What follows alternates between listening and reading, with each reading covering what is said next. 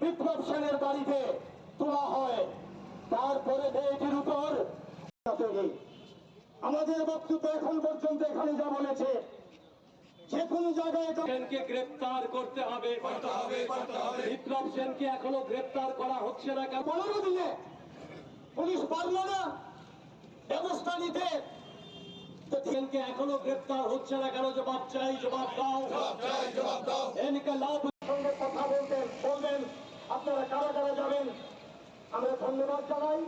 SP সব তারা এই হত্যাকাণ্ড ঘটেছে সাবরুমে, আগরতলার মেয়ে সমর্থন করে যখন স্বরাষ্ট্রমন্ত্রী ছিলেন, পুলিশ অফিসার সম্মান সংগ্রাম রক্ষা করার মতো মানসিকতা থাকে, যদি মেয়ে বয়স গীতার আমাদের ছোট কন্যারা আছে, এর বিচার আপনারা করুন, গ্রেপ্তার করুন।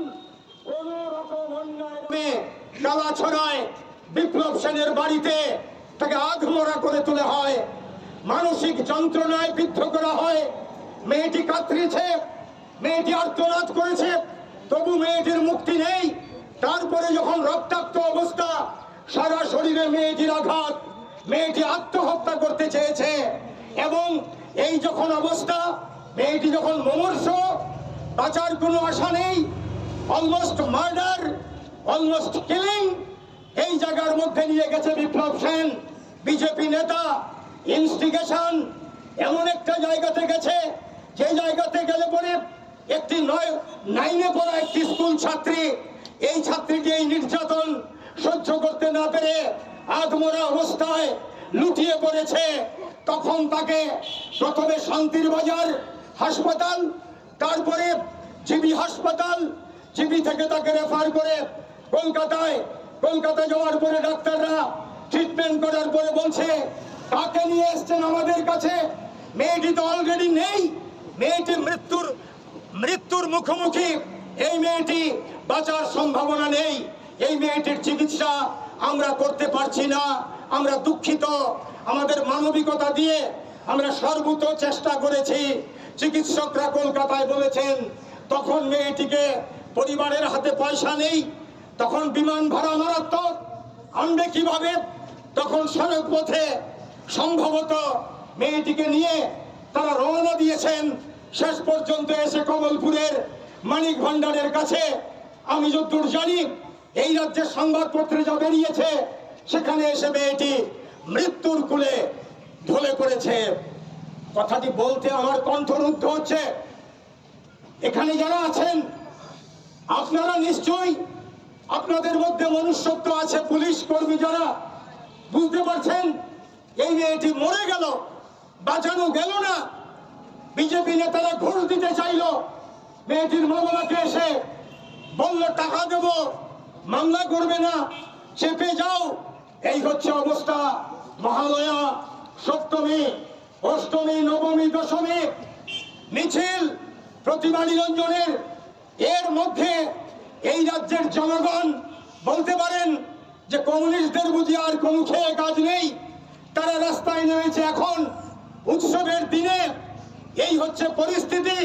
তবু আমরা, আমাদের পার্টির রাজ্য সম্পাদক জিতেন্দ্র চৌধুরী চিঠি দিয়েছেন ডিজি সাহেবকে, দিয়ে বলেছেন, একটা একটা করে আমি এখানে উল্লেখ করছি, স্পেশাল ইনভেস্টিগেশন টিম গঠন করা হোক ফর ইম্পার্শিয়াল ইনভেস্টিগেশন, এবং এই টিম গঠন করে সেট দক্ষ সৎ পুলিশ অফিসার দিয়ে এটা করা হোক, এই দাবি জিতেন্দ্র চৌধুরী রেখেছেন।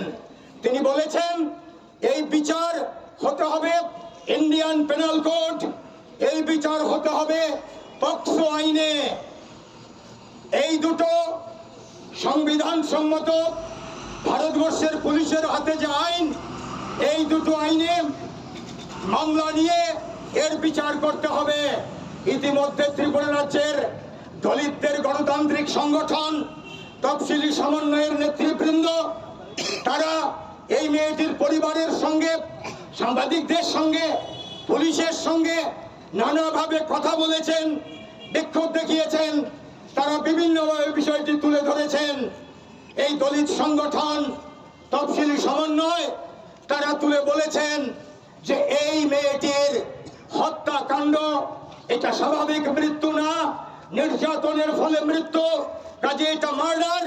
এই মার্ডারের কেস হতে হবে ভারতবর্ষে ST SC prevention of atrocity act 1989 এই আইনের আওতায় এই বিচার করতে হবে। আমি স্পেসিফিক এইগুলো বললাম।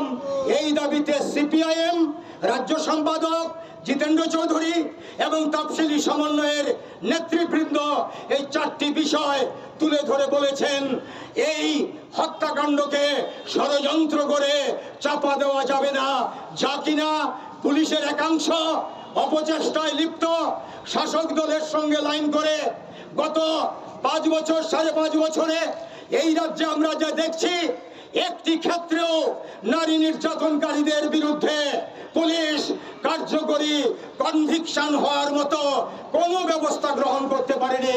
এর চাইতে লজ্জার, এর চাইতে ধিক্কারের আর কি হতে পারে? এইটা আমাদের তিক্ত অভিজ্ঞতা। এই অভিজ্ঞতার সূত্রেই আমরা এখানে দাবি করছি দীপশ্রী দাস এই যে মৃত্যুর সঙ্গে যারা যুক্ত, এই যে হত্যাকাণ্ড, এই হত্যাকাণ্ডের সুষ্ঠু তদন্ত ক্রমে দোষী এখন পর্যন্ত এখানে দাঁড়িয়ে আমাদের পার্টির তরফ থেকে আমি দুটো নাম বলেছি, বর্ধমানের অরুণ হালদার এবং সাবরুমের কালাছড়ার বিপ্লব সেন এবং তার সঙ্গে মদতদাতা আর যারা যারা যুক্ত আছে সবাইকে খুঁজে বের করে প্রেসিডেন্টস কালার লাভ করা পুলিশ বামফ্রন্টের আমলে পারে না খুঁজে বের করতে, শাস্তি দিতে পারে না। এটা কোনো কথা না।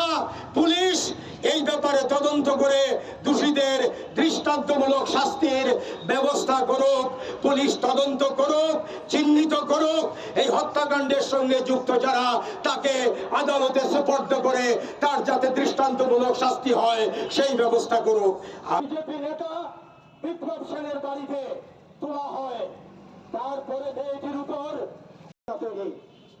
আমাদের বক্তব্য এখন পর্যন্ত এখানে যা বলেছে যে কোনো জায়গায় সেনকে গ্রেপ্তার করতে হবে। বিপ্লব সেনকে এখনো গ্রেপ্তার করা হচ্ছে না কেন? 15 দিনে পুলিশ পারলো না ব্যবস্থা নিতে। সেনকে এখনো গ্রেপ্তার হচ্ছে না কেন? জবাব চাই, জবাব দাও। এনকে লাভ